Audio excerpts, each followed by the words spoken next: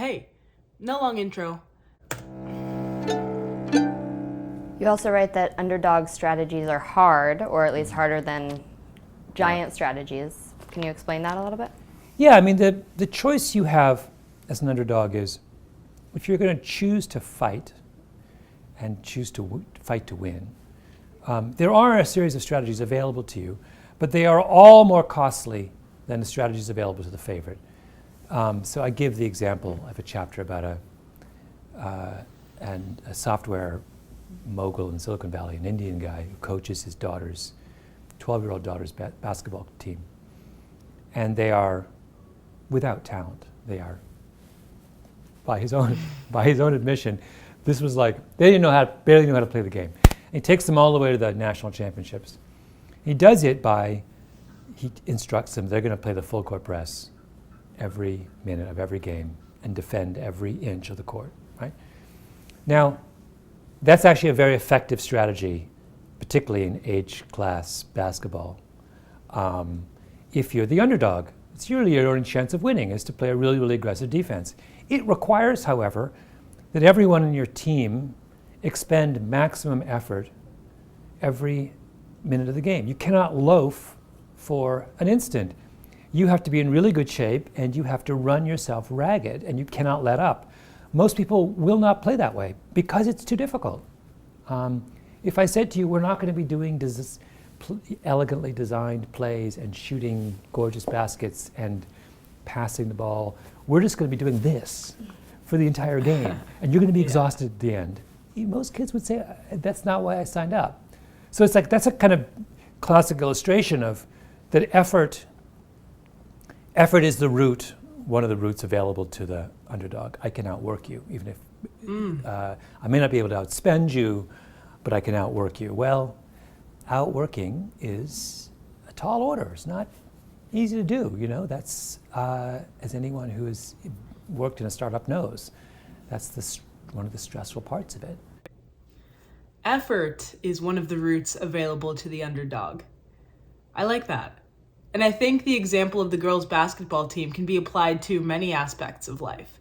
Your opponent may be technically better or favored by the crowd, but they're not always willing to outwork you.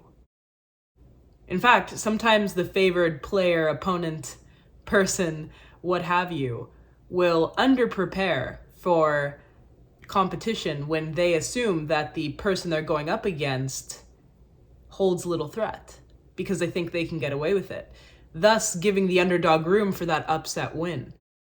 And we can see that concept play out in other sports as well. In MMA, you have Matt Serra versus GSP, or more recently, Pena versus Nunes 1. Now, if you just caught the fights last weekend, Nunes did end up pulling out the win, but I'd say their first fight was a classic underdog tale.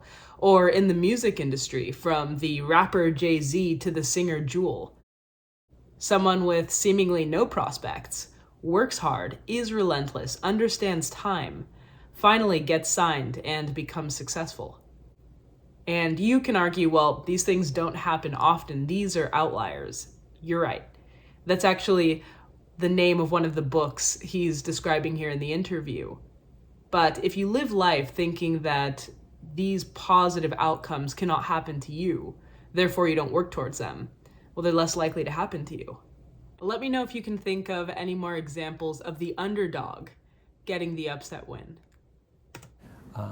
But successful startups, I've never seen any actual data on this, but do we think that people working for successful startups work longer hours than people who work for Fortune 500 companies? My guess is yes. Probably. These lessons are so applicable to business owners and to entrepreneurs. I wonder, why didn't you look to include any of those examples in the book? Well, I talk about innovators, and I have moments when I talk about Ingvar Kamprad or I talk about the side, but I don't know. I mean, you choose whatever story is. I could easily have. I just got caught up in different things, I don't think it matters. The thing about, particularly the business audience, which has been an audience that my books have been well read in that world. And I sort of know that part of my audience very well.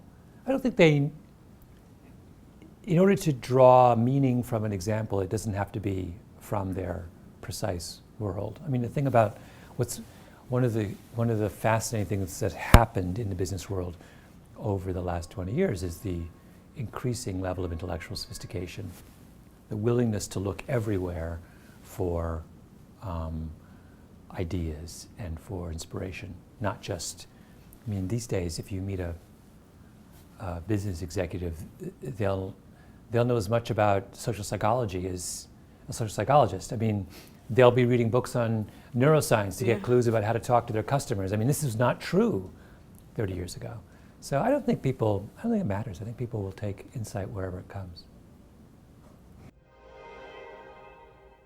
So, Malcolm Gladwell. He has a very soothing voice, a voice for radio. Now, something he said towards the end stood out to me, and that's the willingness to look everywhere for ideas and inspiration.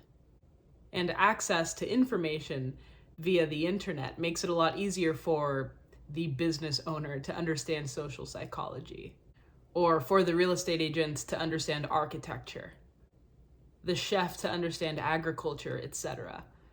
In the interview, they're also referring to another one of his books called David and Goliath, Underdogs, Misfits, and the Art of Battling Giants.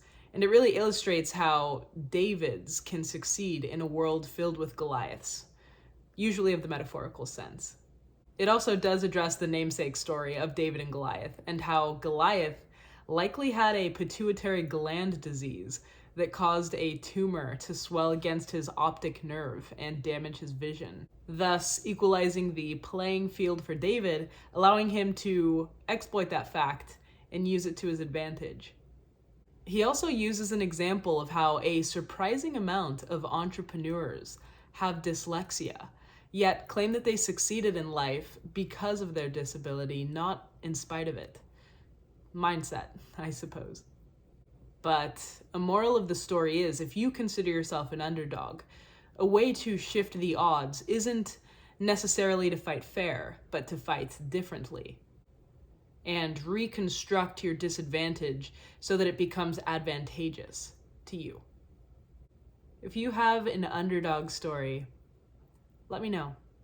I think sharing could help other people. Inspiration, we'll say. I believe there is a free audiobook version of Outliers here on YouTube, so I will link that down in the bio for you. It is read by Malcolm Gladwell himself. Other than that, let me know what you think about any of this. And as always, thank you for watching with me.